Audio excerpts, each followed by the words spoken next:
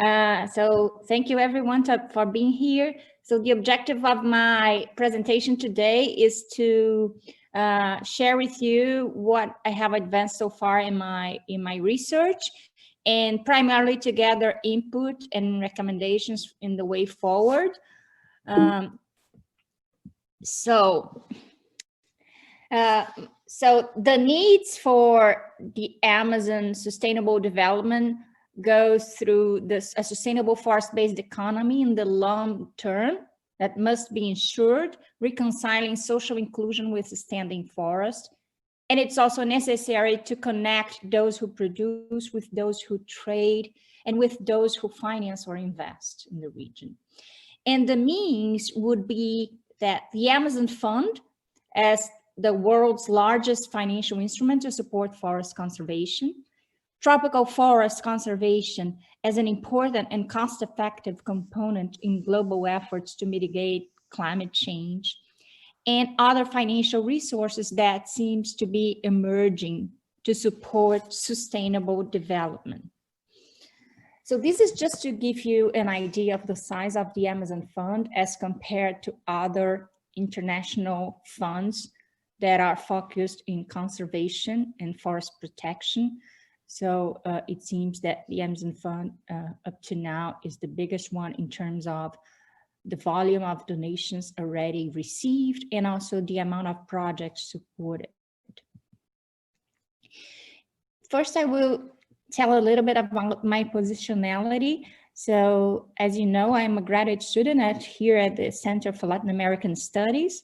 I have I'm seeking 2 certificates. One is in TCD program, the Tropical Conservation and Development Program, and the other one is in Sustainable Development that is offered by the MDP program. I have 13 years of career in BNDES, and before that I worked for a financial and auditing firm called Ernst & Young for 12 years. And in the past, from 2013 to 2018, I was the head of the Amazon Fund. So although I am kind of a related party to the Amazon Fund, and I have to be conscious about my potential bias in that aspect, I'm also, my expertise and being part of the fund management during 6 years of the 12 years that the fund exists gives me a broader perspective of the challenges of running the fund and the lessons learned and what we might be looking ahead. In addition to that, it opens me a sort of network, a broad network in terms of relations, and I can, this allows me to access a significant number of shareholders, stakeholders, I mean, to gather relevant information about the Amazon conservation and sustainable development and the role that not only the Amazon Fund might have, but other instruments in supporting forest conservation. In addition, my training in the UF and in my master is providing me this research and independent approach that I should consider when doing my research. So my research questions are, what are the success factors and lessons learned from the operation of the Amazon Fund? And what should be the future role of the Amazon Fund and or other public and private financial instruments in fostering long-term strategies for a sustainable forest-based economy in the Amazon? And I grounded my research in the conceptual framework proposed by Anderson and Chen, which is an adaptation from Ostron's framework of natural resources governance. And they call this the adaptative governance of natural resources, which considers basically 4 layers of forest natural resources governance. The first one will be the stakeholders' role in the political process and in influencing the rules that ground the natural resources management, and how these rules and these stakeholders influence decisions and strategies for the use of the resources, and how the use of the resources actually provide the expected or non-expected outcomes for forest protection. So here I adapted the framework to the specific roles and governance that is behind the Amazon Fund. So I listed here in the 3 levels of this conceptual framework what would be the macro layers of stakeholders, rules, resources, and outcomes, the meso layers, and the micro layers. So it's really a good proposition of framework that clearly incorporate the different layers of forest management. I found this very unique and very adherent to my research strategies. And here are my research methods that derive from the conceptual framework. So I basically have 2 phases that I've been doing in my research. The phase 1 was really focused on a very broad document analysis and also the participation in various events and webinars and listening to specialists to understand what has been the role of the Amazon Fund in fostering a sustainable forest-based economy in this past now 12 years since its creation. The second phase is actually divided in 3 strategies. The first one is a content and discourse analysis of the public hearings that are being hosted by the Supreme Court in Brazil. So as you might or not know, the Amazon Fund operation was suspended in 2019 by Bolsonaro's government due to the understanding that the governance was not adequate, and also with some questions that apparently the government was coming to in terms of effectiveness of the fund. And not only these, but other actions that the government took in relation to the national strategies for climate change policies derived for an action and a lawsuit against the government, arguing that the current government is acting in omission to environmental protection and going against what our constitution says, that is really to guarantee the sustainable development of the country, the concerns about environmental practices, and particularly an article that talks about the importance of the Amazon.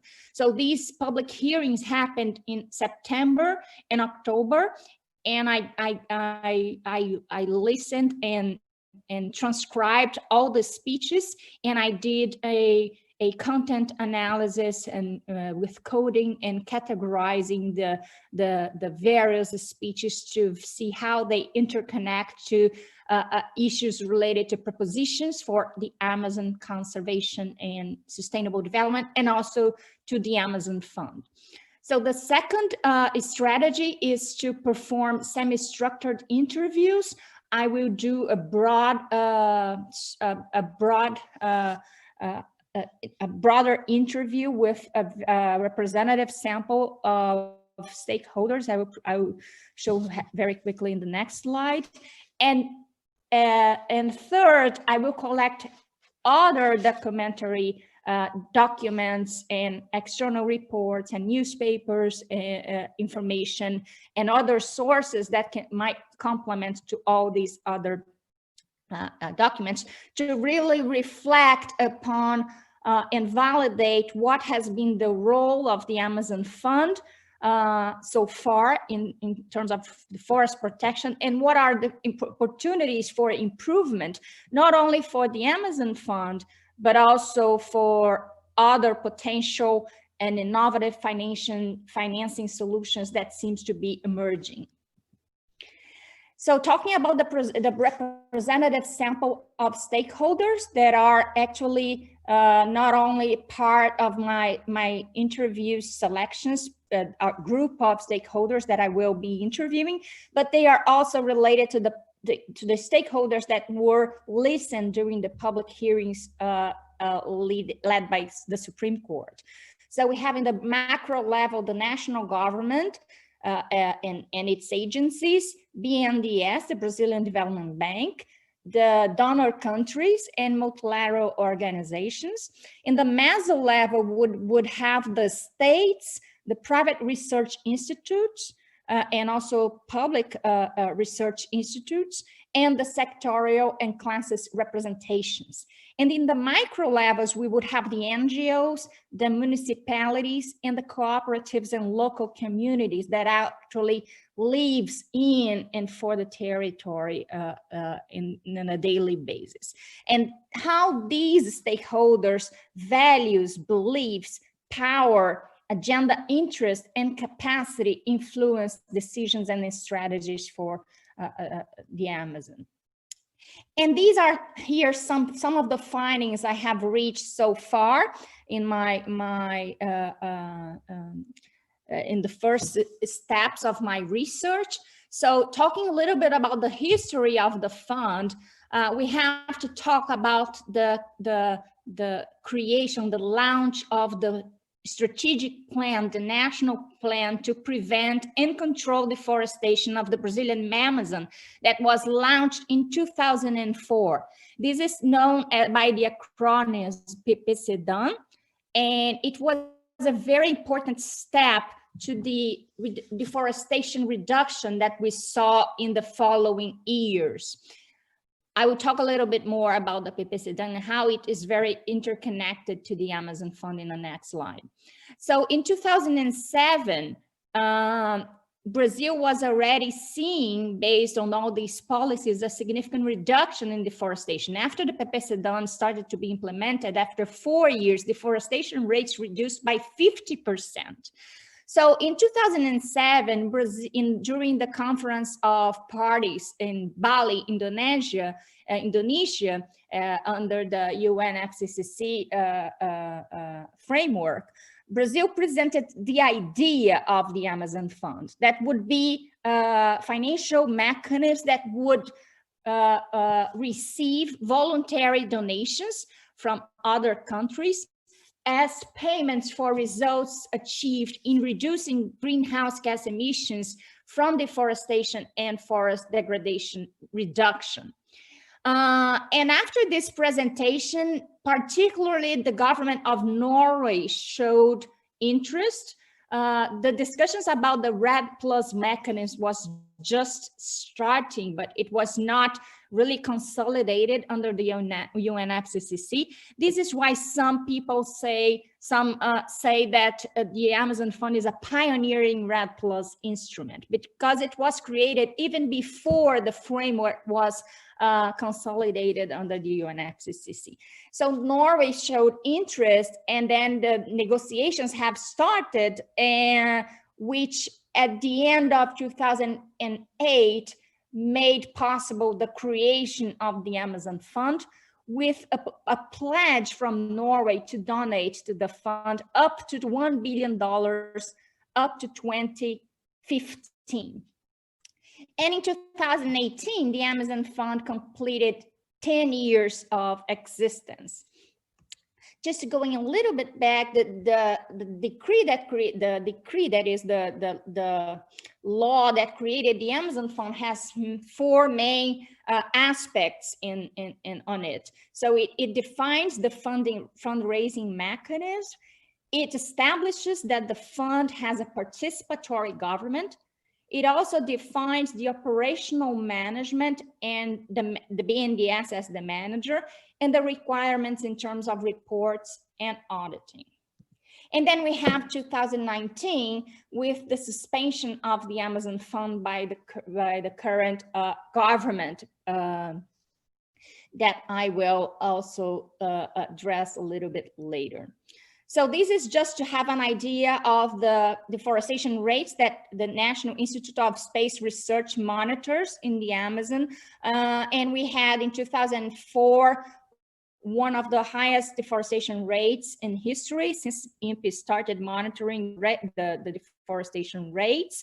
And after the 5 years of the PPCD implementation, we had the creation of the Amazon Fund in 2008. And based on my analysis, I would say that the Amazon Fund has 3 pillars that would justify and would correspond to its success factors. The first one is country ownership. The second one is governance structure. And the third is transparency. So talking about the country ownership, it's important to say that the donors of the Amazon Fund do not influence in the use of the resources. And this will be more clear in the next slide when I present the governance. But basically, all the use of resources from the Amazon Fund had to be adherent to the national policies established by Brazilian government and governments and society to tackle deforestation and to support the sustainable development of the Amazon region. And these policies have one particular, that is the PPCD that I said before, that is divided now in 4 main axes that really ground the strategy to prevent and control deforestation in the Amazon region. The first one is monitoring and law enforcement, which really has an importance to reduce deforestation rates in Brazil. And that's probably one of the reasons we've been seeing the upward trend in deforestation rates in Brazil, because it's really important not only to use intelligence, and we have this available, all the high technology satellite monitoring resources. So use intelligence in terms of analyze satellite images to identify the trends and where the deforestation is happening. But law enforcement is critical to make the criminals the sensitive that performing deforestation is not worth. The second axis is land use planning, and it really has a relation not only to the creation of conservation units and the demarcation and recognition of traditional rights from indigenous populations, but also the management of these areas, and also how the private areas, the private properties can also be adherent and environmentally regularized. And the forest code has an important role in that axis too, when we talk about private properties.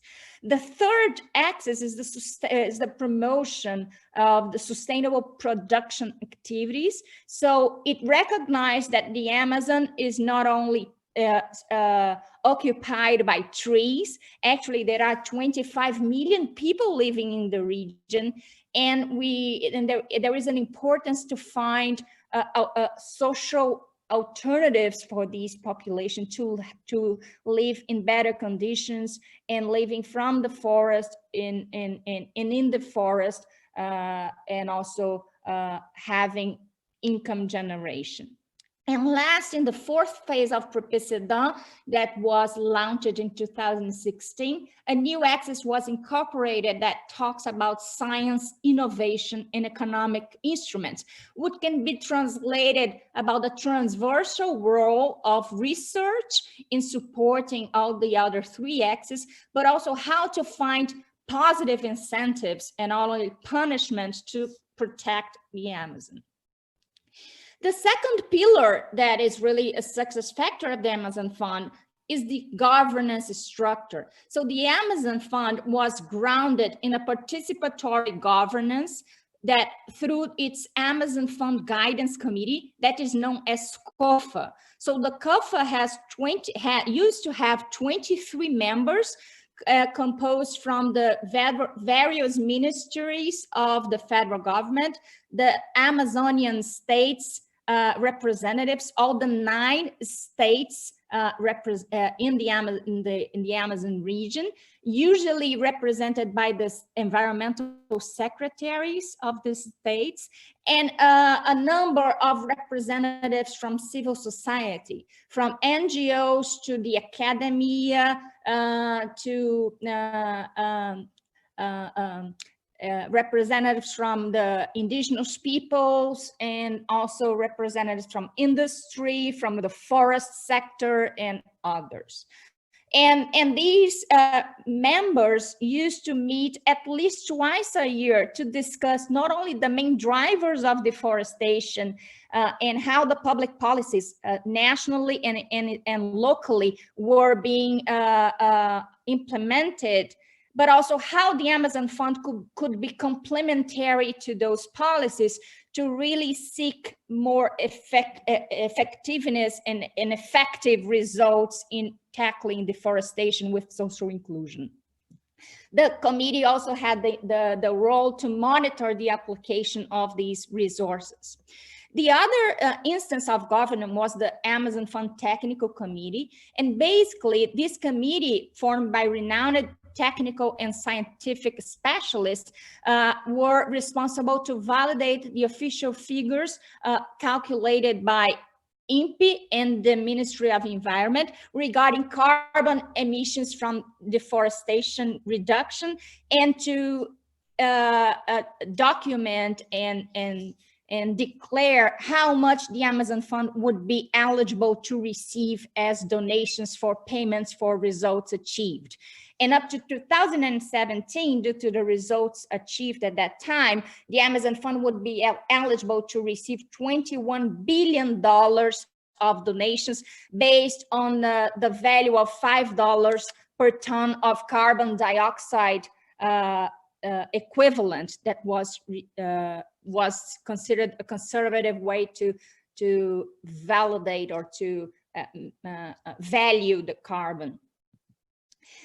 And the third pillar of the Amazon Fund success factor is transparency. So the fund used to have oftenly meetings with the donors to present the results, but one specifically that was more formal and very comprehensive meeting that was the annual meeting of the fund. And I just heard from my friends from BNDES that is happening today, actually, the 2020 annual meeting with the donors. The fund also has a dedicated website and also annual independent financial and compliance audits performed by international firms. Plus, there are some monitoring and evaluation activities that were performed, not only by BNDES when evaluating the effectiveness of the supported projects, but also by independent consultants that are hired to verify how the projects that were concluded were effective to reduce deforestation or to support the sustainable use of the Amazon region.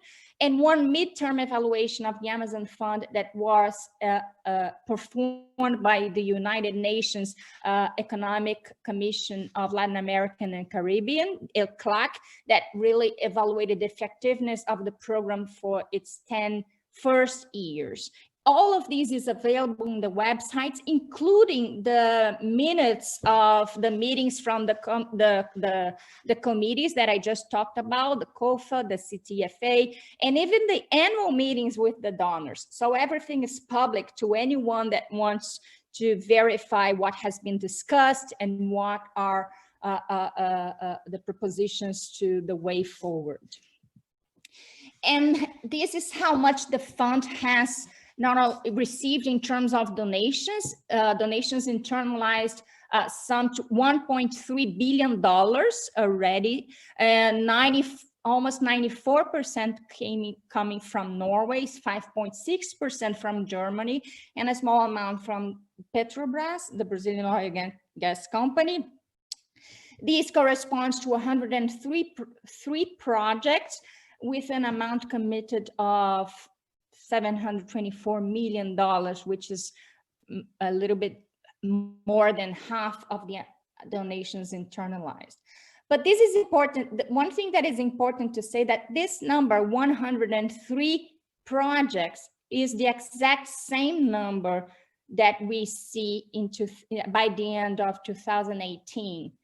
Meaning when I left the fund. Why? Because in 2019, as I said, we had a transition for a new government, and basically this new government decided to not only to question the effectiveness of the fund and even the seriousness of BNDES in managing the fund, but also in deciding to change the governance of the fund. That some say that it was and used to be the heart of the fund. That was the participatory governance that could listen to different stakeholders to jointly decide the future of the fund and the use of the resources.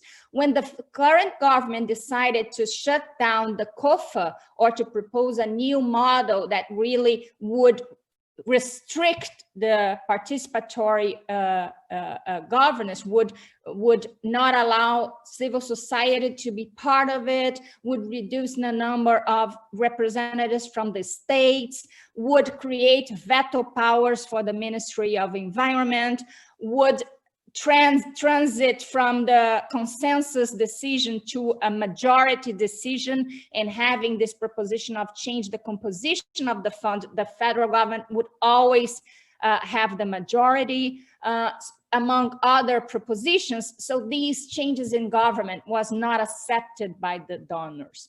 And this is an important thing. When I said that the donors did not influence the use of the resource, that was right, because the decision of the use of the resource was supported by the participatory governance. The only interference that the donors would have is based on the contract that BNDES had with them in terms of in the donations agreement. They explicitly cited the COFA as the participatory governance that would decide the use of the fund.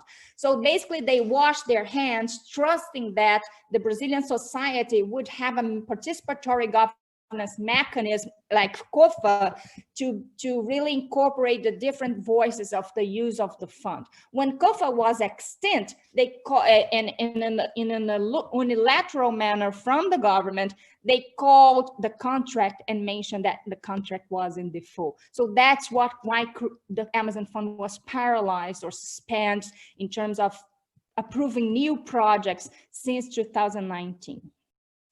And these up to then for the execution of the Amazon Fund, those are the main areas that the Amazon Fund has supported.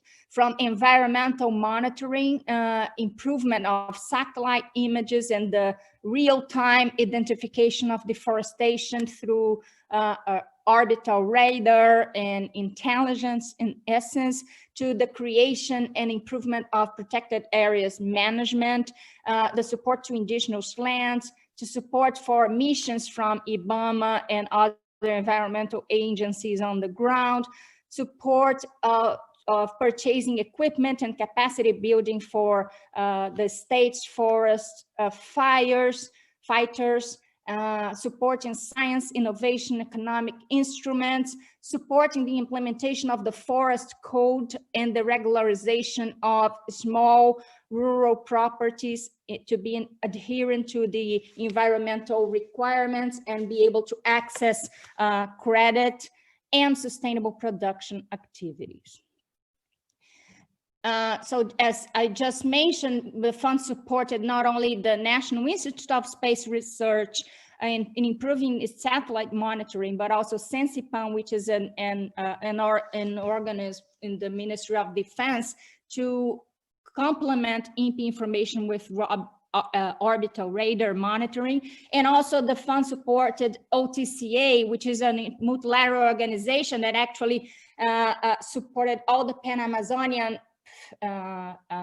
countries to incorporate the same level of forest monitoring from INPE technology. So Brazil transferred freely the technology to all the Pan-Amazonian countries, and the Amazon Fund supported the capacity building and training of all these public servants from the other countries.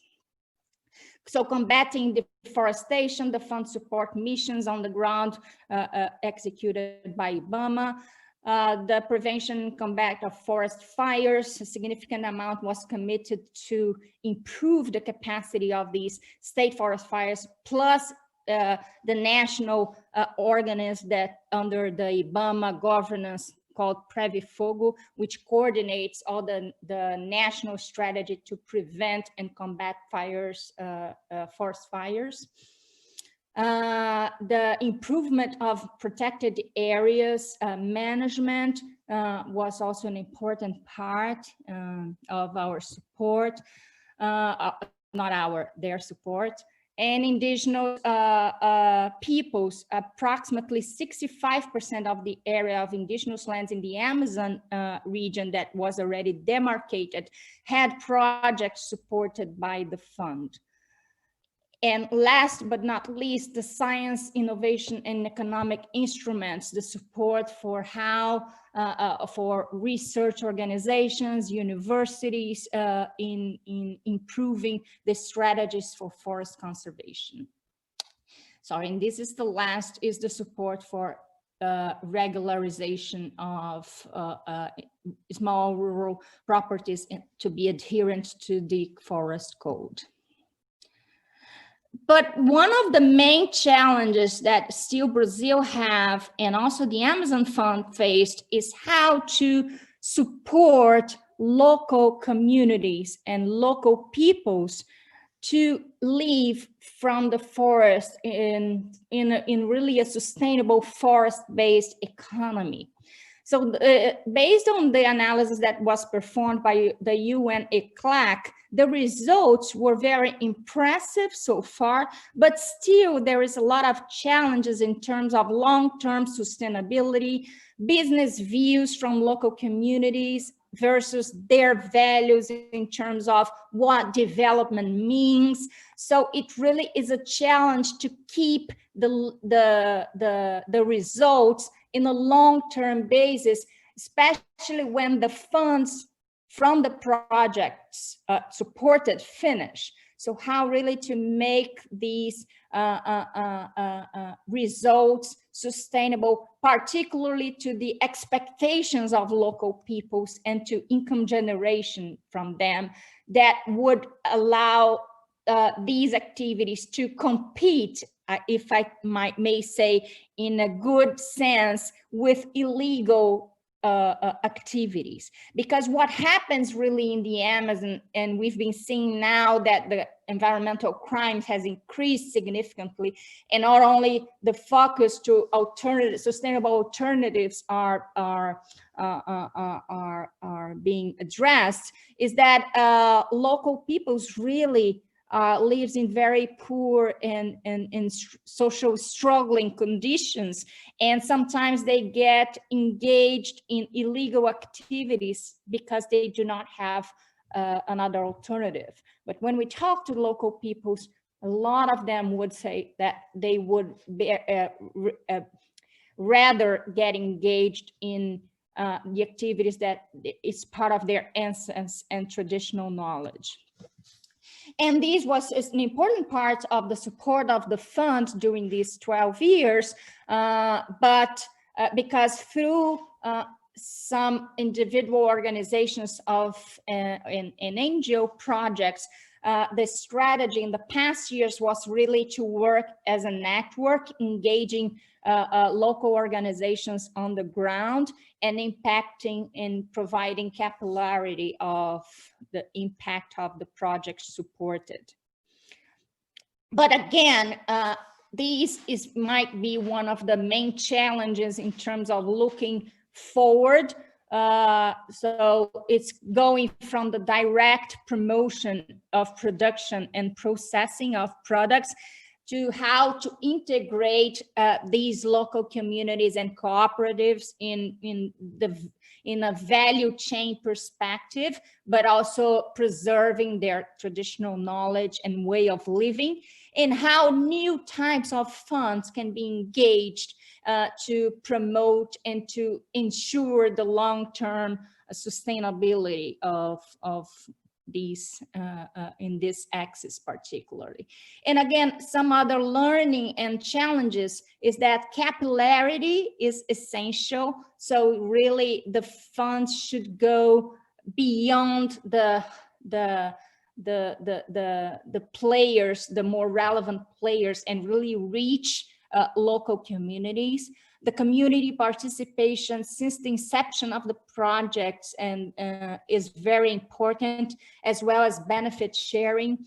The scale of the projects also is another challenge, how to transition from pilot projects really to provide a scale and best practices that can be replicable in other areas. Really transferring the technology from local communities to the social technologies, the environmental technologies to other communities. So how really to create the ambience of knowledge exchange.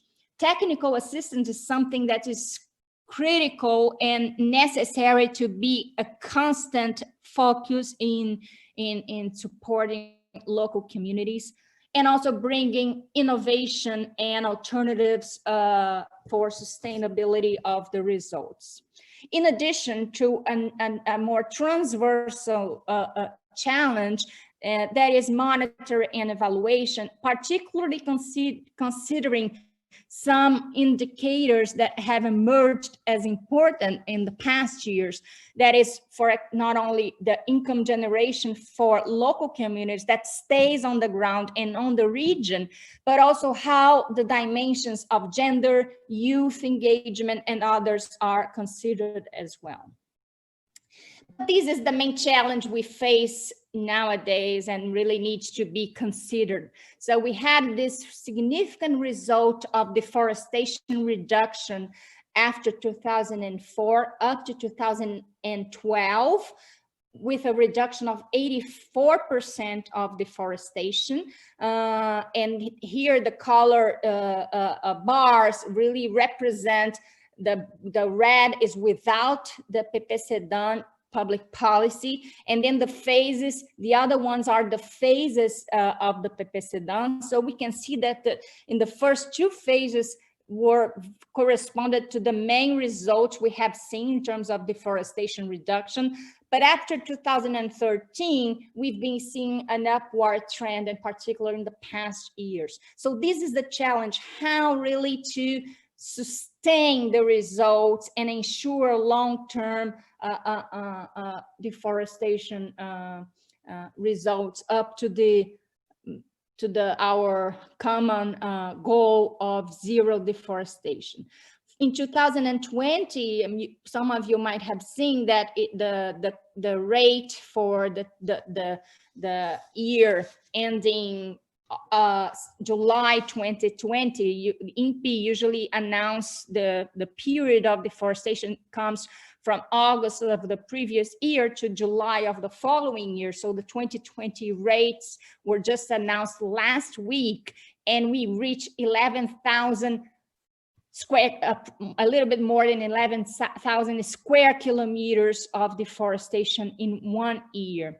This is approximately 3 times our the commitment we made in Copenhagen Conference of Parties, and that is also in our legislation about climate change mitigation. So really, we are not in the good path.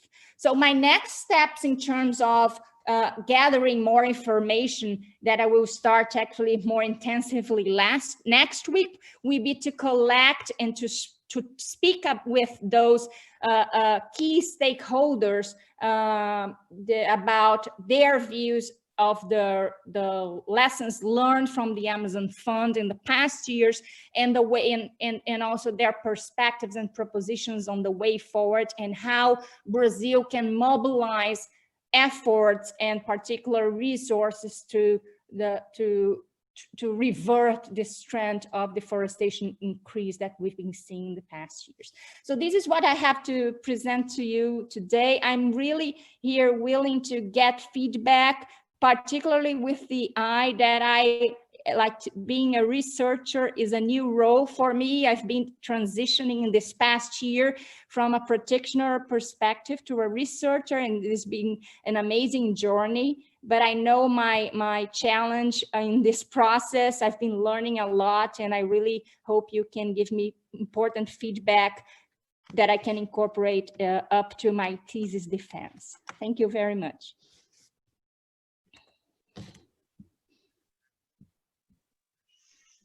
Thank